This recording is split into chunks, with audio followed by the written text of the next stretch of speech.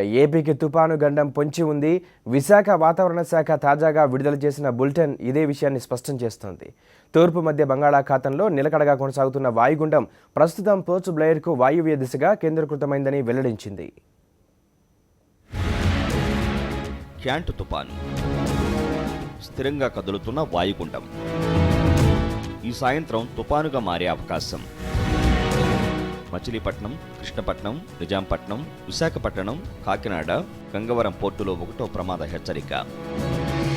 తూర్పు మధ్య బంగాళాఖాతంలో నిలకడగా కొనసాగుతున్న వాయుగుండం ప్రస్తుతం పోర్ట్ బ్లెయిర్కు వాయువ్య దిశగా కేంద్రీకృతమై ఉంది.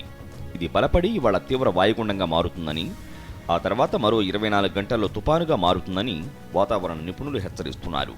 తూర్పు ఈశాన్య దిశగా పయనిస్తూ ఉత్తర మయన్మార్ తీరాన్ని ఇవాళ సాయంత్రం లేదా రాత్రి తాకే అవకాశం ఉందని వాతావరణ శాఖ వెల్లడించింది. మయన్మార్ తీరాన్ని తాకిన తర్వాత వెనక్కి మళ్లే అవకాశం ఉందని వాతావరణ శాఖ అంచనా వేస్తోంది. ప్రస్తుతానికి దీని ప్రభావం ఒడిశా, పశ్చిమ బెంగాల్పై ఉంటుందని, ఏపీపై అంతగా ఉండకపోవచ్చని నిపుణులు చెబుతున్నారు. అయితే 2 రోజుల్లో తుపాను దిశను బట్టి తెలుగు రాష్ట్రాలపై ప్రభావం ఉంటుందా ఉండదా అన్న దానిపై స్పష్టత వస్తుందని వాతావరణ విభాగం తెలిపింది.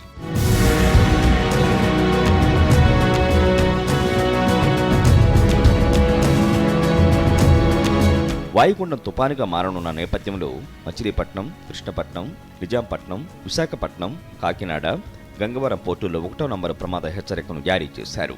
ఇవాళ ఏర్పడనున్న తుపానుకు క్యాంట్గా నామకరణం చేయనున్నారు. ఈ పేరును మయన్మార్ దేశం సూచించింది. తుపాను ఏర్పడ్డాక క్యాంట్ అనే పేరును అధికారికంగా ప్రకటించనున్నారు.